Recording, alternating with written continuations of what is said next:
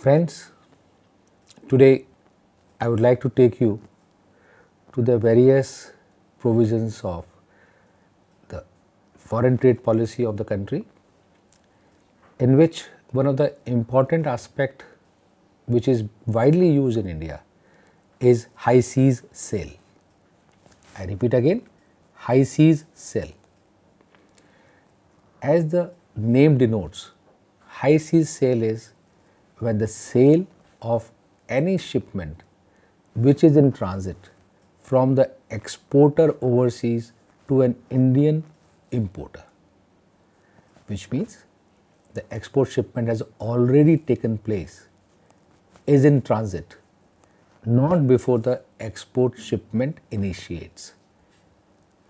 When the shipment is by airborne, by sea, or by any mode of consignment, has been initiated by the exporter and it has been consigned to an importer, and the consignee decides that he doesn't want to import himself, rather he would earn the money in between and sell the consignment on high seas.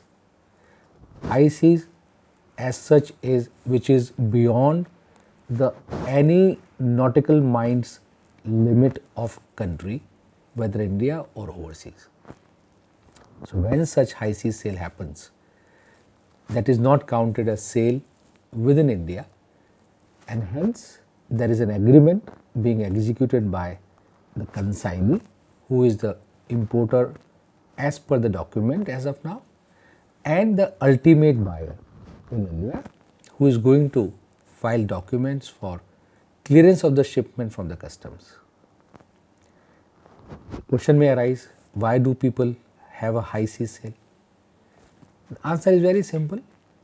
A person who has a connect with an exporter overseas, who knows the source of goods, he can sell the goods by taking a margin in between and without investing money into the import formalities, customs duties and further selling.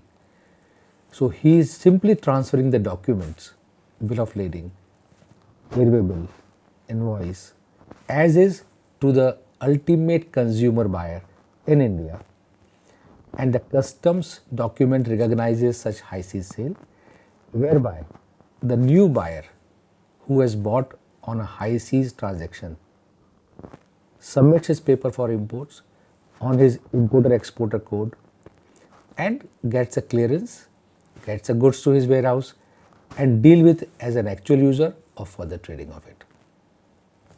What are important to know is that high seas sale can happen only when the exports are in transit. Again I am repeating, exports are in transit, since if the export shipment has not been initiated, then it is not considered a high seas. So only in transit shipment can be high seas. The Indian party who has imported on IC code is supposed to remit the money if the high seas seller is overseas. If the high seas seller was in India, then he gives a copy of bill of entry, other documents to the Indian seller, and then the Indian seller applies to his bank for remittance of money to ultimate overseas exporter.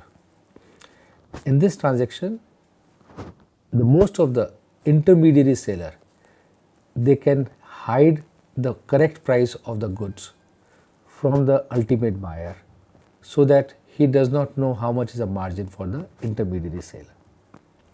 So this is a very, very important aspect where the Indian buyer who is selling further can take advantage of trading high values based on without clearing the goods in India and without doing anything import formalities, remittances or further discharge of the goods. Thank you.